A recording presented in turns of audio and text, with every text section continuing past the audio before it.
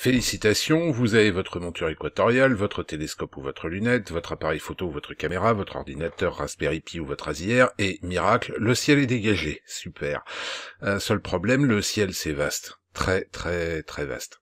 Allez trouver un objet céleste dans cette immensité où...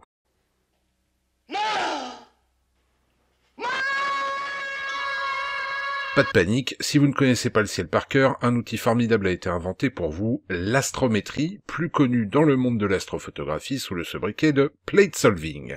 C'est parti pour une explication rapide.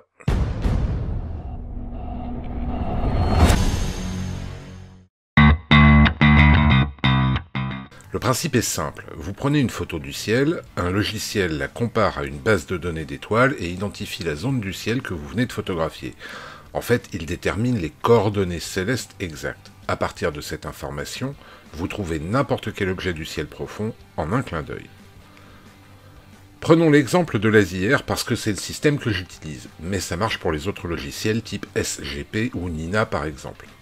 Faites quand même gaffe à un truc, si dans l'Asier les bases de données d'étoiles sont implémentées de base, vous devrez sans doute télécharger des catalogues d'étoiles pour votre logiciel. Mais là, il y a des tutos plein le web. Donc, vous dites à votre soft quel objet vous voulez pointer, disons M51, soit la galaxie du tourbillon pour les distraits ou les néophytes.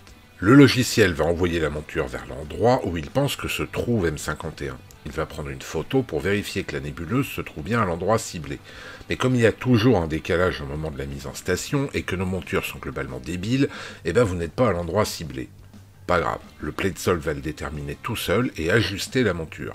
Et là, vous serez pile poil sur votre objet. Tout ce que vous avez à faire, c'est indiquer à votre soft la focale de votre instrument et la taille des pixels de votre caméra pour qu'il puisse déterminer votre champ de vision. C'est ce champ de vision qui permet au logiciel de savoir dans quelle base de données d'étoiles il doit chercher. Côté utilisateur, c'est aussi bête que ça. Bon, il faut aussi quand même que votre logiciel connaisse la date, votre situation géographique, pour être capable de faire le lien avec ce qu'il regarde. Plus marrant encore, vous pouvez utiliser une photo déjà prise et faire un petit coup de PlateSolve dessus pour obtenir tout un tas d'infos sur votre image. Je vous invite à tester le site astrometrie.net, dont le lien se trouve en description, pour voir ce que ça donne.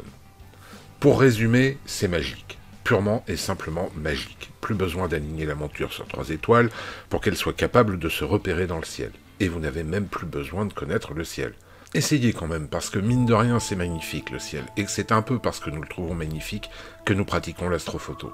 Alors de temps à autre, levez le nez de votre matériel et profitez des étoiles.